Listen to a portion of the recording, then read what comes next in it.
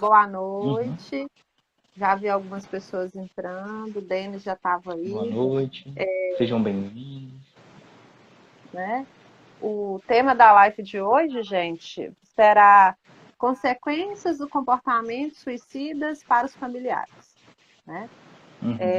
Eu e o Everton, a gente vem de uma sequência de lives aí, falando, né, sobre a questão do suicídio, como evitar, mitos e verdades sobre o suicídio, né? Todas Uhum. essas questões. E a gente sentou, conversou um pouco, né? Resolvemos falar sobre como esses comportamentos afetam os familiares, né?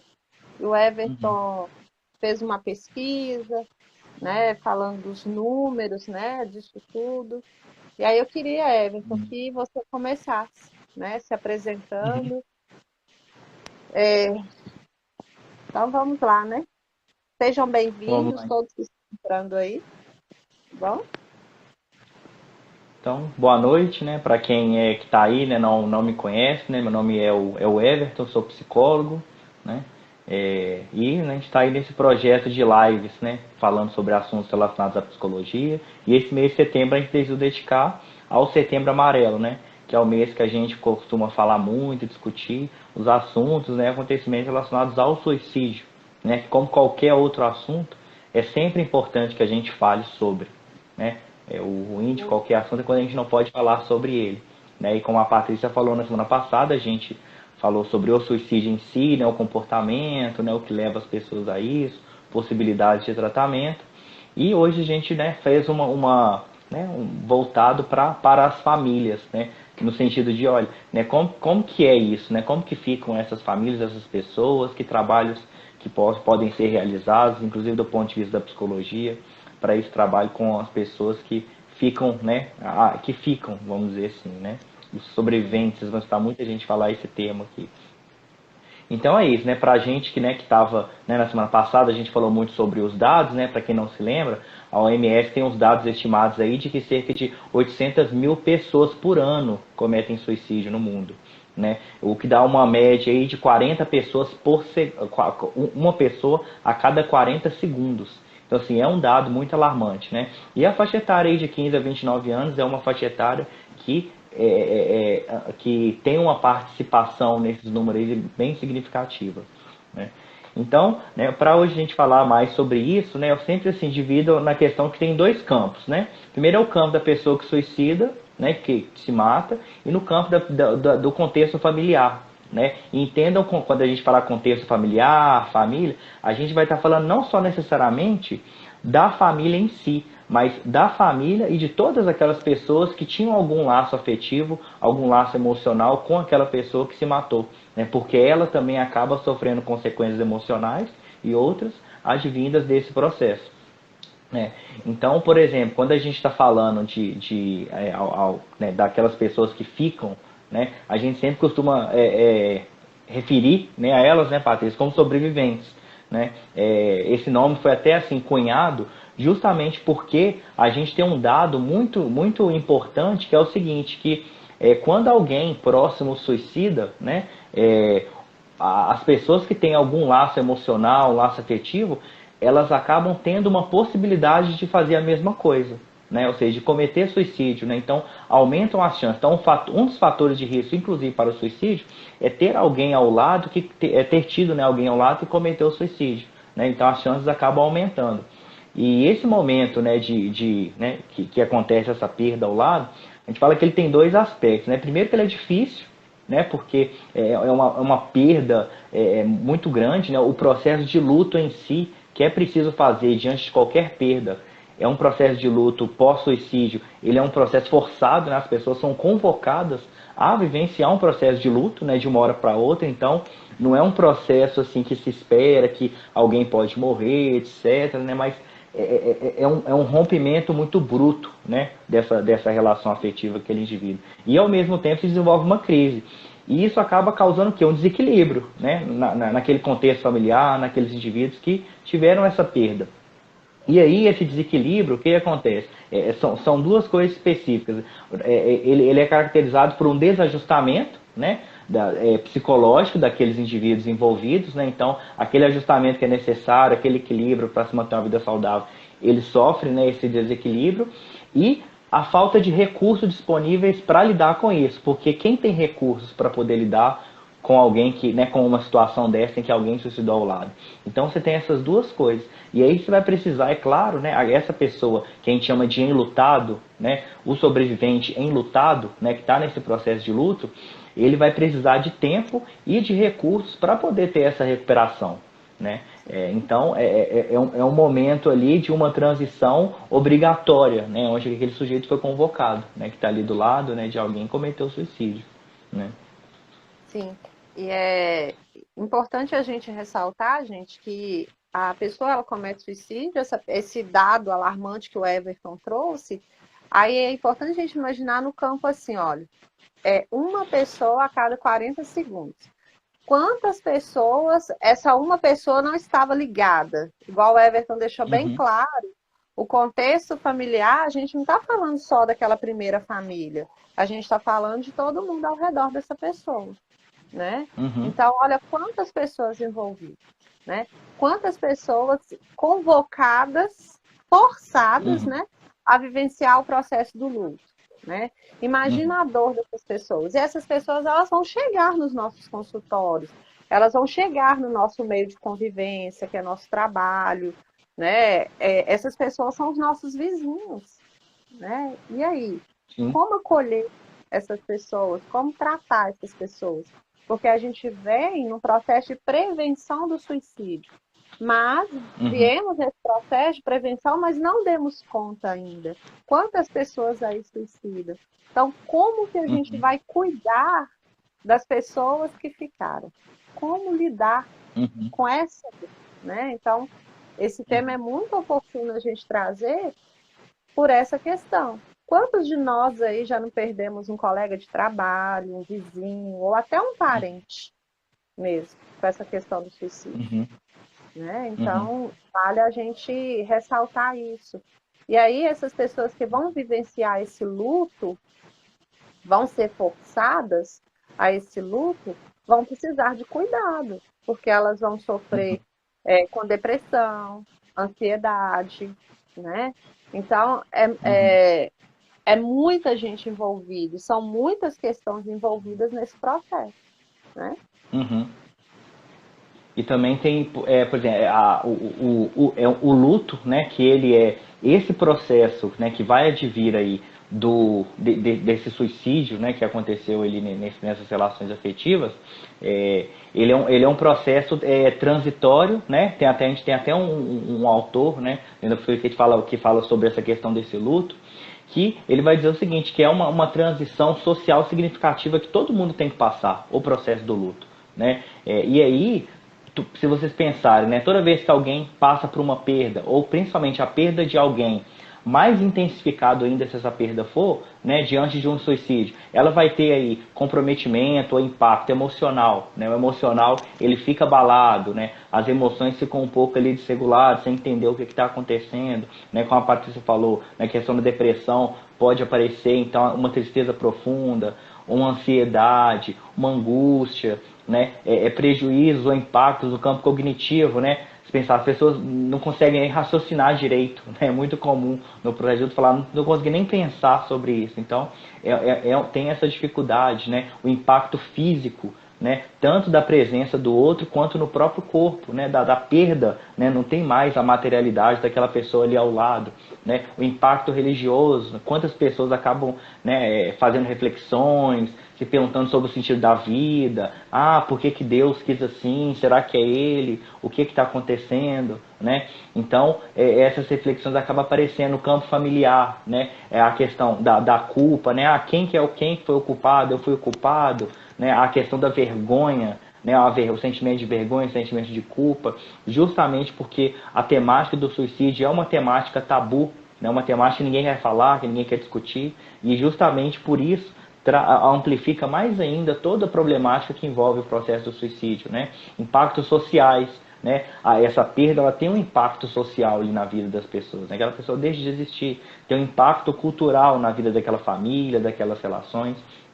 Então, essa experiência dolorosa, né, que acaba sendo o luto, né, que vem de uma perda bem bruta, bem de repente, por conta do suicídio, ela também pode ser, vamos dizer assim, quando, né, a gente trabalha ela, uma experiência que pode fortalecer o ciclo vital do outro, né? Ao mesmo tempo que pode gerar aí, como a gente falou no início, né, uma possibilidade até de suicídio, né, dos sobreviventes ou de algum sobrevivente que esteja enlutado, né, ela também pode ser um fortalecedor do processo vital. Mas em que sentido? De que é uma experiência que ela vai precisar ser experienciada, vai precisar ser vivenciada e vai precisar ser principalmente verbalizada.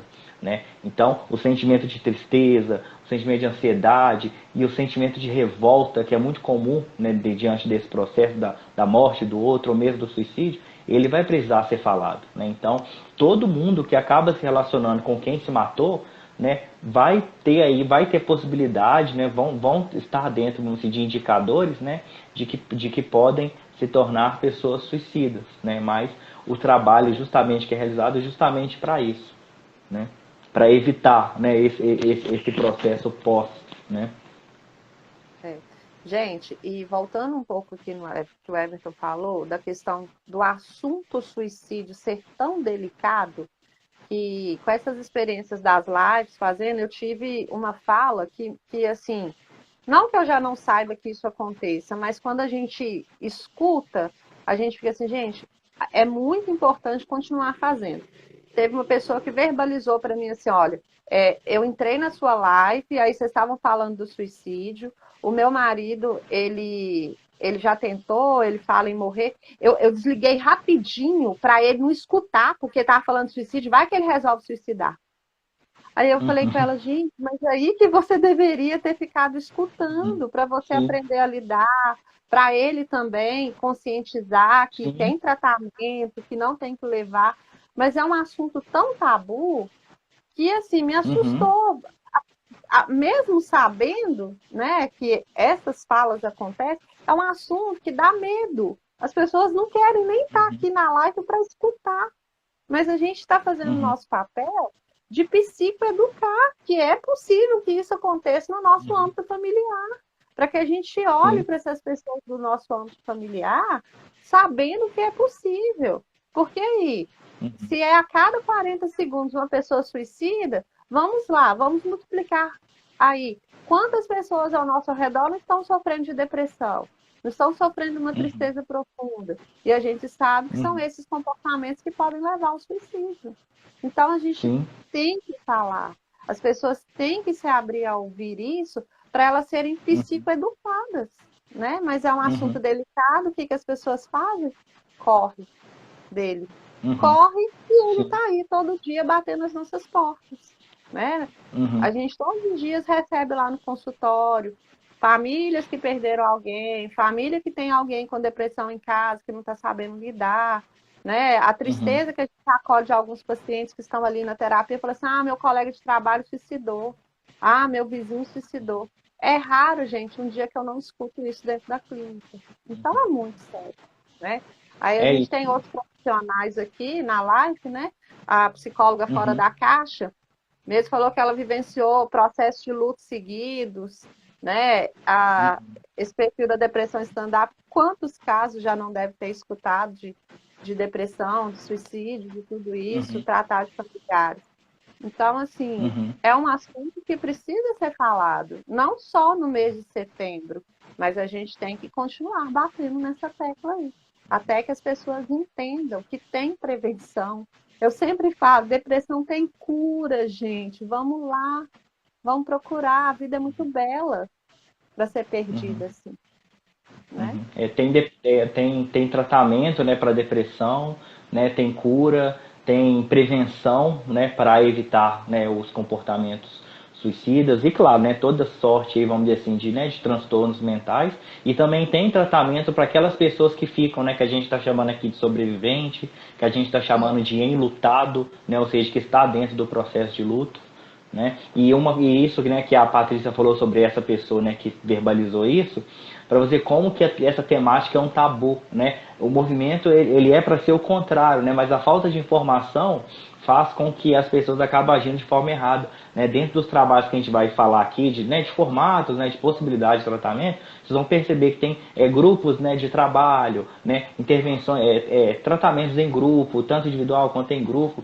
que são fortalecedores, né, no sentido de trazer informação, de compartilhar experiências, e que todos eles estão dizendo a seguinte coisa: olha, precisa falar sobre isso, né? Às vezes até no processo mesmo de velar, né, aquela pessoa cometeu suicídio, né, de fazer o enterro, todo aquele processo que a nossa cultura tem, né, as pessoas ficam com vergonha de falar sobre o assunto ali, né, um assunto que não pode ser falado, né, não é assim, né, aconteceu isso e tal, e tudo isso sendo, né, guardado, sendo escondido, piora o processo de luto, né, daquelas pessoas que estão ali, né, que são sobreviventes. Né? Agora, uma coisa importante dentro até desse processo que a gente, né, é importante a gente focar também, né, até o trabalho, né, que a psicologia pode fazer, que é tanto do trabalho, né, do próprio tratamento, né, de orientações, e também de orientar as pessoas que estão passando por esse processo, conhece alguém que está passando por esse processo, né, de que perdeu alguém próximo na família por conta do suicídio. Então tem uma psicóloga que ela é a Deisiane, peguei até um trabalho dela recentemente, e a Deisiane Maria Araújo Lima, né? Dá o nome da autora aqui, que é importantíssimo. Ela é doutora em educação lá pela Universidade Federal de Ceará, né? E ela também é diretora da clínica vincular de lá. E aí ela traz um conceito pra gente. Eu particularmente não conhecia nesse sentido, não sei se a Patrícia já conhecia, achei muito interessante, que ela traz o conceito de pós-venção, né? Tanto para a gente quanto profissional, quanto para as pessoas que não são profissionais que estão nos escutando, acho interessante a gente entender suicídio, porque esse pós-venção dentro do suicídio, porque a gente fala muito em intervenção dentro da psicologia, né? E a pós-venção, a gente está se referindo a uma intervenção pós o suicídio, né, para aquelas pessoas que são sobreviventes. Então, que são todos aquele conjunto, né, de atividades que a gente promove, né, e pode promover enquanto profissional da psicologia, até enquanto sociedade mesmo, para prevenir que outras pessoas venham a cometer o suicídio, né? Então, a gente falando de pós-venção é justamente isso, né, desse trabalho que é feito, né? Então, qual que seria até o papel do profissional, né, enquanto profissional da psicologia, né, dentro desse trabalho, né, de oferecer até um apoio emocional, né, para a família desse sobrevivente, né, proporcionar um trabalho ali que gere apoio, né, identificar ali quem são as pessoas enlutadas que vão precisar desse acompanhamento, porque muitas vezes o profissional está acompanhando aquele indivíduo e infelizmente a gente sabe na nossa prática, por mais que a gente está ali trabalhando, fazendo intervenção, um cliente nosso pode cometer suicídio, né, infelizmente isso pode acontecer. E aí o nosso trabalho não termina ali, né, com, né, o final desse processo de ciclo vital desse indivíduo que a gente já tem, dessa pessoa. Ele tem que continuar com essa família que está ali, oferecendo esse apoio emocional, né, identificando ali quem são os enlutados, o que eles vão precisar, né, e a gente, né, fazer um trabalho voltado ali para aquela família, né, tanto de psicoterapia individual, quanto trabalhos em grupos, palestras, né, até social, né, no âmbito social também o psicólogo também tem uma atuação, né. É, eu conheço, gente, alguns grupos, alguns familiares, né, que se uniram aí em prol de ajudar outras famílias a não passarem porque eles estão passando. Então, são Uhum, grupos que dividem a experiência, mães que perderam filhos, pais, irmãos, né? Então, eles uhum, dividem a experiência deles, eles trabalham em grupo no sentido dessa pós-venção mesmo, né? Para que mais uhum, pessoas não venham. E também essa rede, ela serve como apoio entre eles, né? Porque eles vivem dores parecidas. Eu falo que dor a gente não se mensura, né? Não tem tempo para falar assim, daqui a 3 meses vai passar, daqui 1 mês vai passar, daqui 1 ano. Não. Eles estão todos uhum. ali no mesmo processo, de dor, de sofrimento, mas estão se acolhendo, que isso é muito importante, Sim. né? E cada um, eles estão dentro de um conjunto, mas cada um no seu processo. Então, alguns vão Uhum, superar mais rápido, outros vão superar com mais tempo, né? Outros vão precisar da psicoterapia, vão precisar daquele grupo, alguns vão precisar ficar um uhum, tempo recolhidos, né? Até para depois ter coragem de falar, sim. porque a gente fala que é o tempo que eles vão processar, né, as informações que eles estão recebendo Isso. ali. E aí, isso é uma rede de apoio, eles vão se apoiando. Eu trabalho, né, já vivenciei a questão do paciente suicidar, continuei acompanhando a família, né, até hoje a gente tem um contato próximo com essa família, a gente está sempre em contato, e eu pude ver assim que afeta outras pessoas da família e outros problemas dentro dessa família vão aparecendo, né? Outras Uhum. questões. É aquele irmão que ficou sem um irmão e hoje ele está ali sem o lugar da família, né? Ah, peraí, vocês prestaram muita atenção no meu irmão e eu aqui, né? Também pedindo socorro. Então, Uhum. é muito complexo. Então, é muito complexo. A gente precisa falar, a gente precisa educar, a gente precisa prestar atenção nessas famílias, né? E trazer Uhum. mesmo para dentro do site terapêutico, né? Trazer para dentro dos grupos, indicar leituras, né? Para que Uhum. essas pessoas elas consigam aí vencer esse processo. Porque em Uhum. outras pesquisas que eu fiz, é muito comum a fala assim: ah, a vida para mim perdeu o sentido depois que eu perdi meu filho, que eu perdi o meu pai, né? Eu tenho outros casos dentro do consultório de pessoas que viram o pai suicidar, né? Tinha 8 anos de idade, viu o pai suicidar. E hoje essa pessoa já Uhum. está uma idade avançada, mas até hoje aquela imagem não sai ali da cabeça da Uhum. pessoa, e quando ela toca nesse assunto, ainda traz, vem esse sofrimento todo à tona. Então, é uma marca que a pessoa ela vai levar para o resto da vida dela. E a gente tem que Uhum. trabalhar para que essa marca ela diminua um pouco. Ela não vai deixar de Uhum. existir, né? Mas que a gente tente Uhum. amenizar aí o sofrimento dessas pessoas. Uhum.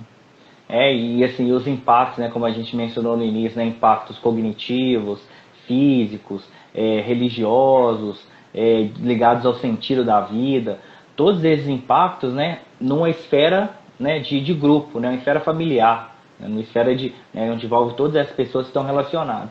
E aí, o que a gente, né, pode pensar, assim, o que às vezes acaba sendo, né, importante a gente considerar para a gente perceber, olha, a possibilidade ali de cada uma dessas pessoas conseguir passar por esse processo da maneira mais saudável possível, né? Então entra a questão da gente entender como que está a autoestima dessas pessoas, né? Diante disso, como que essa autoestima sofreu esse impacto, né? Como que é o suporte familiar que elas têm, né? Como que são os laços, né? Como que esses laços familiares eles estão estabelecidos, né? Entre as pessoas, né? Se há alguma doença mental já presente também nessa família, e como que isso está sendo trabalhado, né? O fato de estar até empregado ou não, isso influencia também em como que esse processo vai ser vivenciado, a questão do trabalho entra, né? Ter crianças em casa, senso de responsabilidade, né? Se existem ali quais pessoas que têm até um processo de resolução de problemas melhor, né? Capacidade mais adaptativa, positiva diante, né, de situações adversas, como é essa, né, do próprio suicídio. E se há ali, inclusive na comunidade, serviços de saúde mental à disposição, né? Então, tudo isso é importante a gente considerar, né? Tanto enquanto profissionais quanto as pessoas que estão ali, né, ao redor acompanhando essas pessoas que tiveram essa perda, né? E diante de como que cada um tem, né, isso, né, bem elaborado em si, né, vai ter o seu processo de luto diante disso, né? Ou seja, através de uma psicoterapia individual, né, como a Patrícia mencionou, né, e deu exemplo aí desses grupos de trabalho que existem, né, onde as pessoas podem compartilhar, se acolher, né, trazer experiências e nisso, né, conseguir cada uma perceber ali que é possível avançar nesse processo, independente desse trabalho.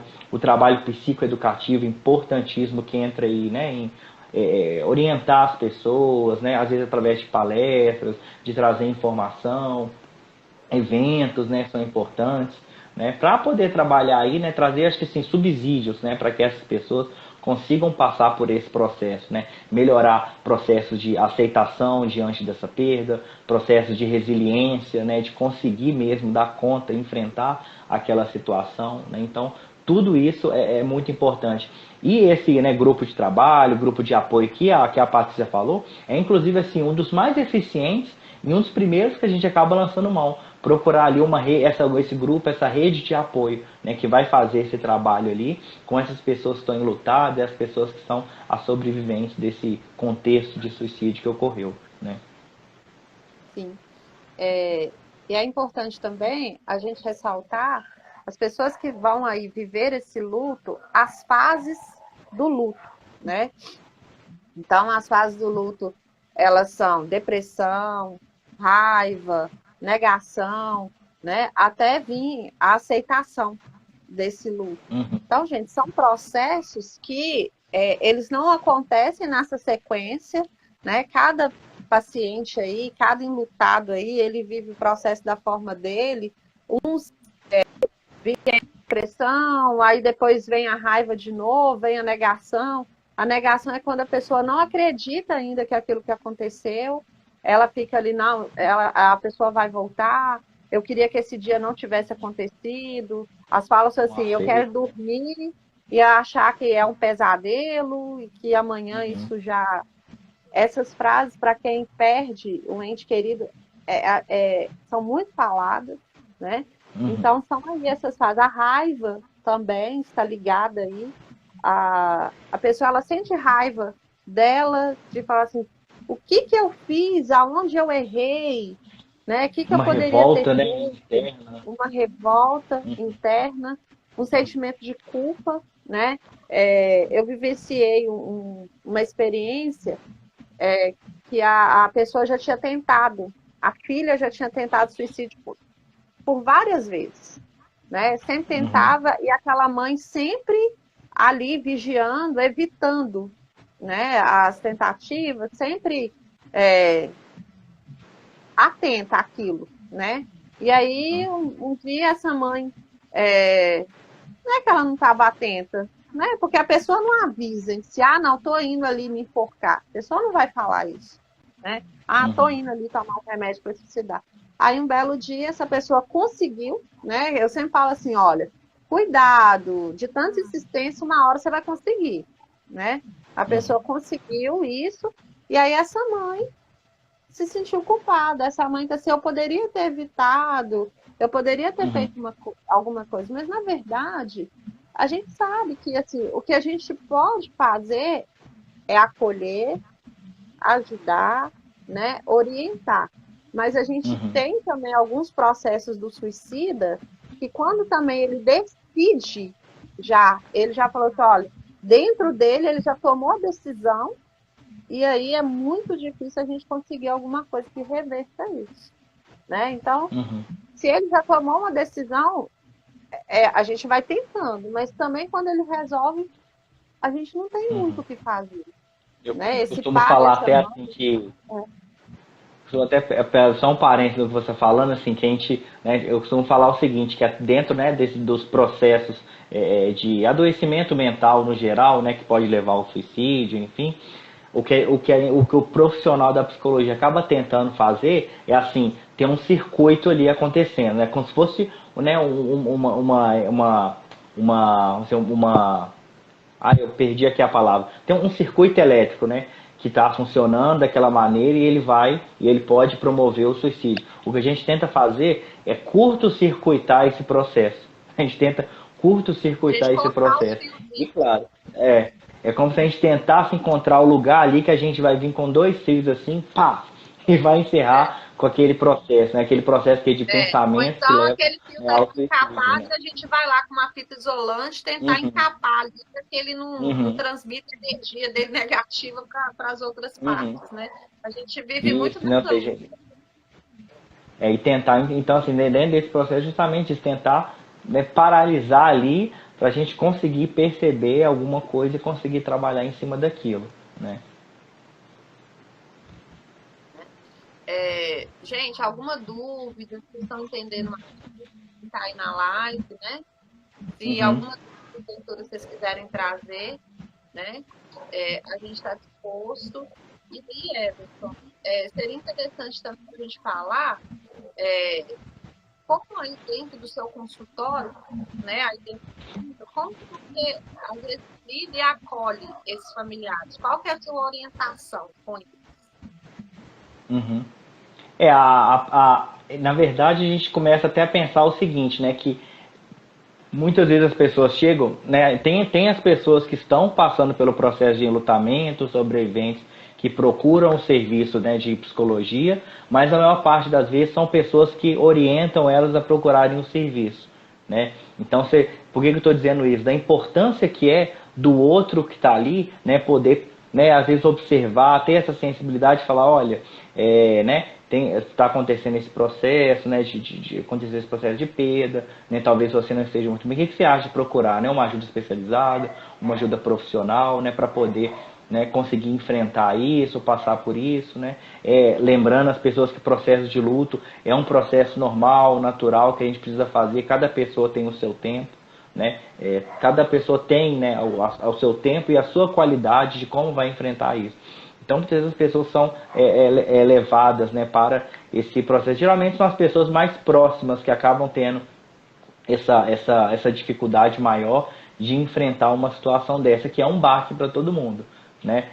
Pensar uma perda, né, advinda de um suicídio é muito grande. E aí o que a gente faz dentro do consultório é o trabalho inicialmente de acolhimento, né, que é receber essa pessoa, conseguir que ela fale sobre isso, entender como que ela está processando mentalmente essa perda que aconteceu, entender ali se, né, existe uma ideia de culpabilidade, uma vergonha,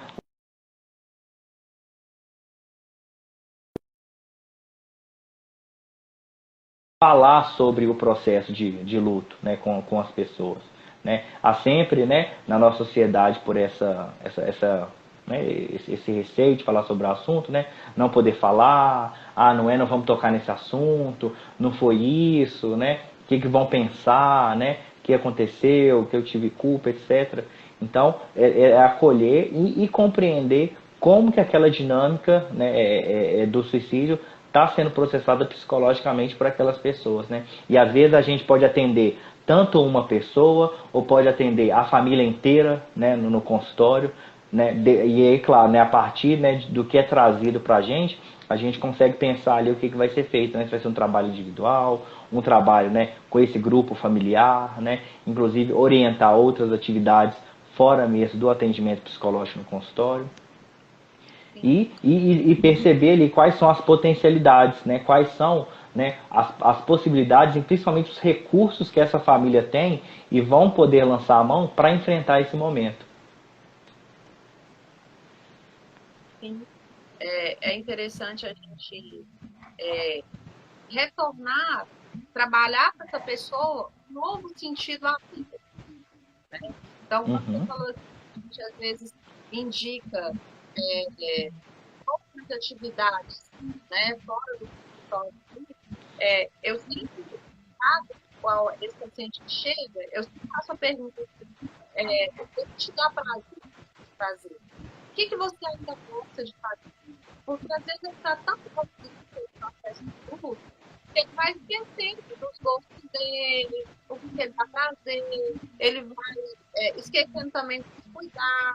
Essa pessoa chega do consultório com a autoestima lá embaixo, né? Uhum. Às vezes ela está indo trabalhar, mas eu falo que é só o corpo que está ali, né? A mente não está. Né?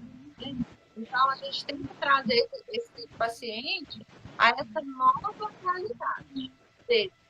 Né? E a Uhum. gente tem trabalhos efetivos de pessoas que conseguem vivenciar essa dor aí, essa dor ser transformada em saudade. Alguns vão transformar essa dor aí em ajudar outras famílias a passarem por essa dor. Alguns vão entender o processo de luto precisa ser vivenciado em cada fase desse luto e Uhum. entendendo aí a sua capacidade, o seu tempo, até mesmo para se fortalecer e fazer disso uma experiência de vida, né? E aí a Uhum. gente, com o passar do tempo, também, dos nossos trabalhos, dos atendimentos que eu já fiz, as pessoas trazem as histórias delas, né? Olha, eu pedi um filho, eu tinha uma amiga. A pessoa já consegue falar ciclo sem tanta dor. Ela já consegue trazer mais sentimento dela de saudade. Porque a vida continua, né? A vida vai continuar. Então, a gente trabalha com esse paciente novas possibilidades nessa vida, né? Muitas vezes a gente, dentro da terapia, a gente tira um pouquinho o foco ali da pessoa falar da morte, de como que foi, o que fez, o que não fez. Aí eu deixo, né, faço trabalho de escuta, acordo, deixo essa pessoa falar ali. Mas aí, com o tempo de terapia, eu começo a trabalhar com ela as questões dela. Como está a vida, como estão os projetos, quais são os objetivos do futuro, né? O que ela pensa a partir dali. Porque senão também a pessoa vai ficar tanto tempo ali, quando ela despertar para olhar para fora, ela vai sentir também uma grande dificuldade de continuar prosseguindo, né? Ela vai falar assim, nossa, mas eu perdi tanto tempo, como é que eu vou fazer agora? E é interessante também lembrar, gente, que às vezes as famílias, a gente fala muito do impacto dos suicídios ali que eles estão, né, naquele momento. Mas a gente também tem que entender o tanto que essa família às vezes sofreu com essa pessoa, né? Às vezes é uma pessoa que já vinha ali há alguns anos, já dando trabalho, né? Já vinha ali com uma depressão, já tinha perdido o sentido da vida, e a família muitas vezes tentando ali, essa mãe, esse pai, e aí a pessoa também está com cansaço, né? A pessoa ela chega dentro do consultório cansada. E as falas são isso, né? Então a gente tem que ter um outro atento para acolher, entender essa dor, levar essa pessoa para outra esfera, com o tempo, né? Dela ali olhar para o que pode ser feito daqui agora, né? Ou daqui a um tempo, quando essa dor diminuir. E o que você falou sobre a questão da gente, o trabalho principal, né, que vai nortear tudo isso, é justamente a pessoa conseguir elaborar melhor essa perda que aconteceu, elaborar de uma forma saudável e conseguir criar aí um novo sentido para a vida dela. É como se a gente pensasse assim, que essa perda, ela traz mudança, né? Se você imaginar, por exemplo, uma caixinha assim, cheia de bolas de tênis, né? E aí você vai lá e tira uma de baixo. O que vai acontecer? Todas as outras vão mudar um pouco de posição. Né? Ou seja, essa retirada dessa bola, se a gente for pensar a retirada, né, dessa pessoa, desse círculo, né, afetivo, dessa família, ela vai provocar a mudança de todos ali. Né? Eles vão ser convocados a mudar o sentido da vida, porque vão se questionar sobre a morte, sobre o processo vital, né, sobre, né, o sentido da vida, e essas pessoas vão precisar elaborar melhor tudo isso. E a perspectiva, né, a orientação delas, né, junto todos esses impactos que nós mencionamos inicialmente, todos eles vão precisar ser trabalhados, né? Até estou pensando uma coisa aqui, se você me permite, Priscila, Patrícia, a sua blusa tá com umas borboletas, né? Ah, isso é Umas proposital, você borboletas, né? reparou, né? Ah, é proposital? Eu não sei então, eu acho que eu vou deixar então, depois eu ia fazer uma metáfora assim, mas então eu vou deixar depois, porque eu acho que a gente teve um pensamento parecido então. Mas assim, essa mudança de sentido, ela é importante justamente nisso, né? Que vai ser necessário ali voltar para um certo estágio, descobrir uma nova maneira de viver para poder seguir em frente, né? Ressignificar, né, a vida agora, não mais com a presença daquele indivíduo, mas com as lembranças, com aquilo que foi possível até aquele momento, né, sem o sentimento de culpa, sem o sentimento de tanta responsabilidade diante daquela decisão do outro de retirar a própria vida, né? Sim, né? Quando eu falei, né, que a roupa foi proposital, porque o amarelo é o tema, né, o setembro amarelo. E outra porque as borboletas, elas representam esse ressurgimento mesmo, né? Esse novo abrir mesmo, né? A borboleta, ela começa ali naquela largata, né, ali dentro daquele casulo, e ela vai passar por e depois para sair linda, né? Então, a borboleta é um dos símbolos da psicologia, né? E eu convido para mercado das borboletas, né? Então, elas representam muito isso, né? De desse renascimento, dessa construção, de estar ali mesmo, naquele momento feio, né? Vamos falar isso, aquele momento do luto feio, de maneira rolada mesmo, e aí essa construção de aos poucos ir encontrando saídas e renascer, tá? Né? Porque a gente não pode perder a dupla suicídio. Né? A gente tem que falar para a pessoa que é possível ainda viver.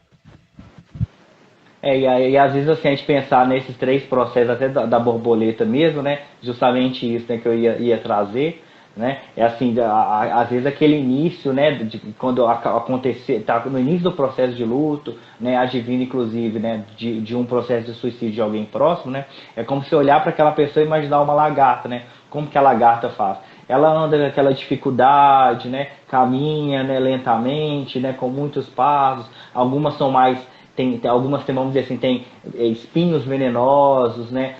Cada uma tem a sua cor, cada uma tem a sua individualidade, e aí em determinado momento ela forma seu casulo, e a gente poder associar com esse casulo que é um momento de reflexão, de voltar para si, de reorganizar o sentido da vida, o que aconteceu, como que eu vou enfrentar isso, para que depois você possa quebrar esse casulo de reflexão e alçar, né, as asas aí para o mundo, né, de uma outra maneira, né, lembrando, tendo sempre um corpo que parece a lagarta, né, um aspecto ali, né, de cores, né, que na asa que lembram aquele casulo, mas que você voa, né? Ou seja, você não vai trazer aquelas lembranças, mas elas vão estar ressignificadas, né?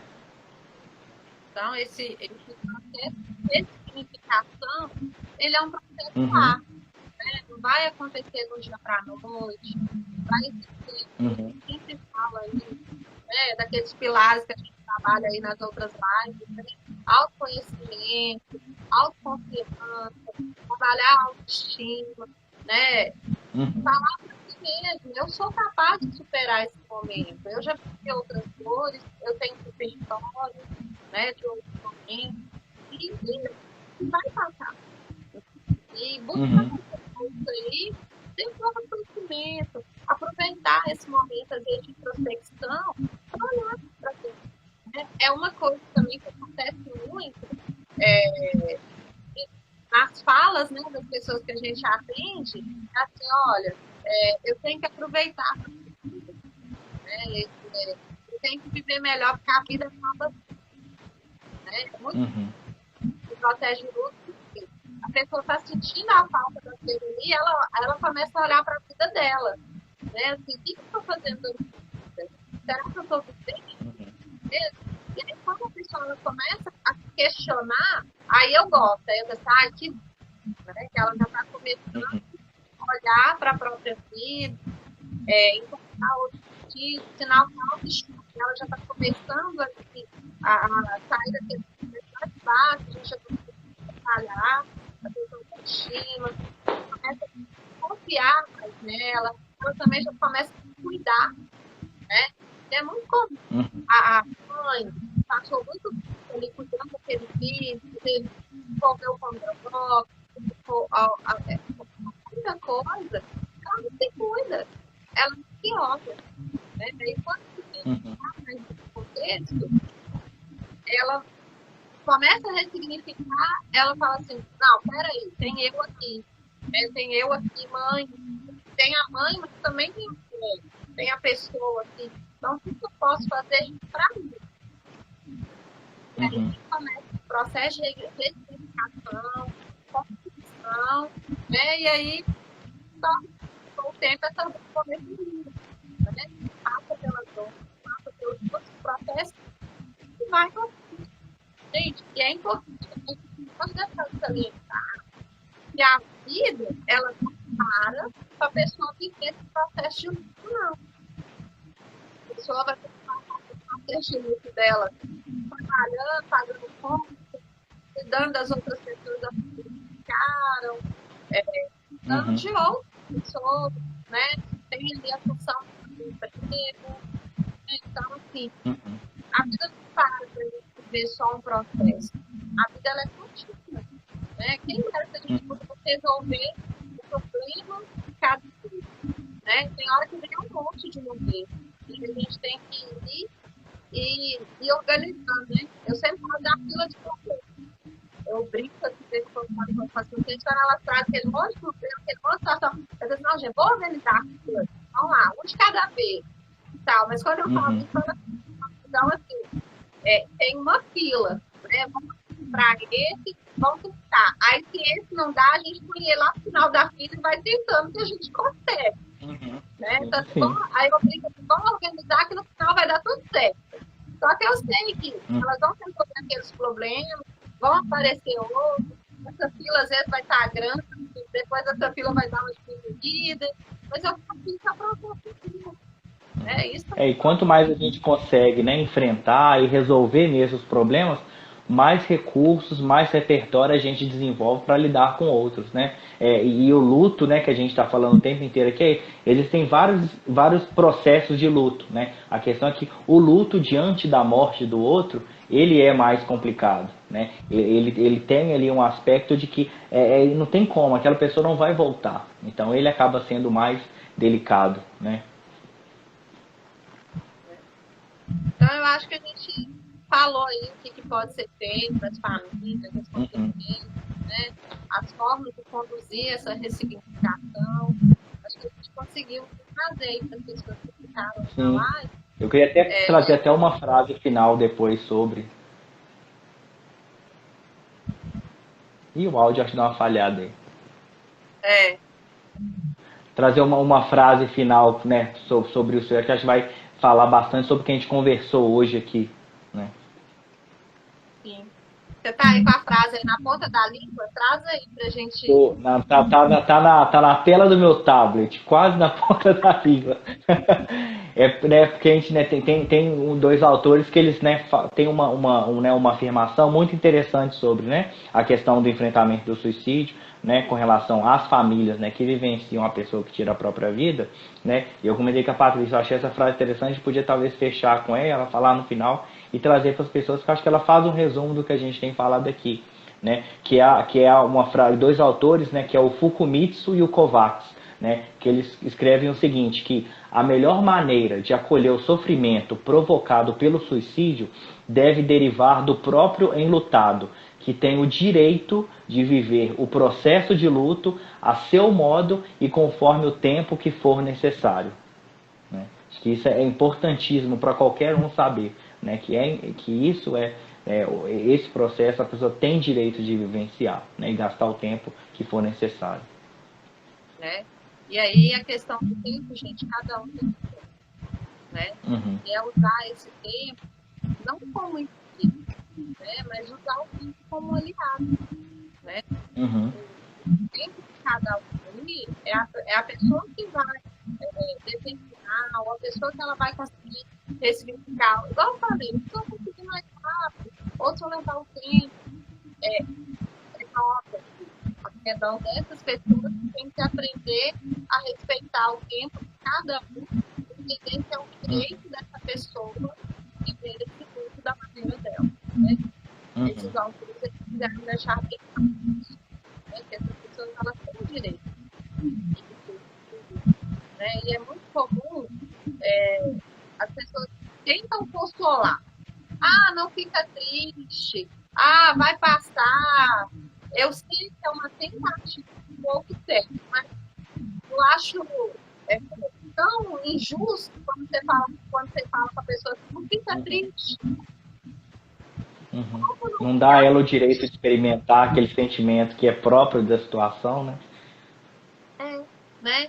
E aí, vale a gente lembrar, eu sempre trabalho nisso, gente, questão de sentimento, emoções, né? A gente da terapia comportamental, da terapia do esquema, a gente tem sempre essa questão de sentimento e emoção muito delimitada. A gente tem sentimento e emoção que são inatos. Todos nós temos, todos nós sentimos medo, todos nós sentimos alegria, todos nós sentimos raiva. Esses sentimentos são nossos. Né? E vez por outra eles vão aparecer aí. Eu tenho que ter dia que aparece todo mundo, né? Num dia só vem todo mundo pro bairro. Então nós, né? E a gente tem que aprender a experimentar as nossas emoções. Tem que aprender a experimentar e saber também qual é a função dele. E isso a gente aprende, olha, lá dentro do consultório, lá na terapia. Né? A gente aprende lá dentro da terapia que está com as nossas emoções, lidar com os nossos sentimentos, saber que as nossas emoções, os nossos sentimentos, elas vão influenciar o nosso comportamento, né? Que nem tudo que passa aqui na cabecinha é verdade, nem todos os nossos pensamentos são verdade. Né? Esse pensamento, a vida não, é uma mentira. Então é muito importante o processo de autoconhecimento. É isso, acho, né? E é sempre uma coisa. A gente também precisa falar sobre suicídio. A gente precisa falar sempre sobre suicídio. Né? E a gente conta aí com a ajuda de você para levar para outras pessoas. Né? Não tenha medo de ouvir falar sobre o suicídio, ouvir falar sobre a morte, porque são processos que a gente não vai escapar dele. Né? Ninguém aqui vai escapar de morrer. Ninguém aqui vai escapar de morrer. Né? Porque a gente tem que escapar de suicídio. Que a gente todos aqui morre de morte natural, de morte familiar, de pessoas que estão ao nosso redor. Né? Então, que a gente encerra hoje, né, quando eu esse programa de live, falando sobre o suicídio, porque a gente tem que falar mesmo. Não, a gente não tem outra opção, não nos deram outra opção. Não né? precisa ter vergonha nem medo, né, de falar sobre o suicídio. Né? Não, então, não, a gente tem não é um assunto para ter vergonha. Mas aí a gente vem aí com o assunto aí para o Outubro Rosa, né? Questão do autocuidado, a prevenção do câncer, né? Que é um outro fator também que a gente pede milhares de pessoas, né? Então a gente vai começar a voltar, né? Os nossos assuntos, autoconhecimento, autoestima, autocuidado, né? Todas essas questões a gente vai retornar esses assuntos, porque também faz parte da construção do suicídio. Cuidar da nossa autoestima impede, né, de desenvolver transtornos mentais e com a tentativa de suicídio. Autoestima é prevenção dentro da saúde mental. É por isso que eu sempre falo da autoestima, que eu trabalho tanto com a autoestima, porque eu acredito que através da autoestima a gente consegue vários resultados dentro da saúde mental e física. Né? Você fala assim, gente, a autoestima é vida. Então a gente vai retornar os nossos assuntos tão amados, né? Que a gente gosta tanto de falar. A gente também não gosta de falar principalmente para esse outubro rosa, né? Poder falar, inclusive, né, sobre a saúde da mulher, falar dentro do outubro rosa o tanto que as mulheres são bombardeadas por essa sociedade e o quanto que a autoestima das mulheres são atacadas, né, por essa sociedade que a gente vive, né? O tempo todo, né? Então já fica aí, gente, o convite para as próximas semanas, né? Acho que na terça-feira eu já tenho uma live falando de ansiedade e autoestima, né? Depois vão vir outros temas. Se alguém aqui já viu as outras lives, quer ver as outras lives, tá todas lá no meu canal, tá? No YouTube, escuta psicólogo, vai lá, compartilha com outras pessoas, vamos ajudar aí nessa corrente do rio, né? Essa corrente da comunicação aí, para que a gente não viva tanto esses casos, né? E eu espero a gente ter cumprido, né, a nossa missão aí esse mês, que a gente continue também, né? Mais uma vez, né, Everton, muito obrigada, tá? Por quem está aqui, disposto a participar. A gente já sabe que você já retornou as suas atividades aí. Agora não é agroboy, não, tá, gente? O Everton agora não é super trabalhador o dia inteiro, a gente consegue fazer, de vez em quando a gente consegue ser agroboy de novo também. Né? Então, um abraço. Eu que agradeço também sempre a participação. Tá? Quem ficou a gente aqui. Então, aí, firme e forte na nossa missão, que é para Então, tchau, então para vocês. Obrigadão. Até a próxima. Tchau, tchau.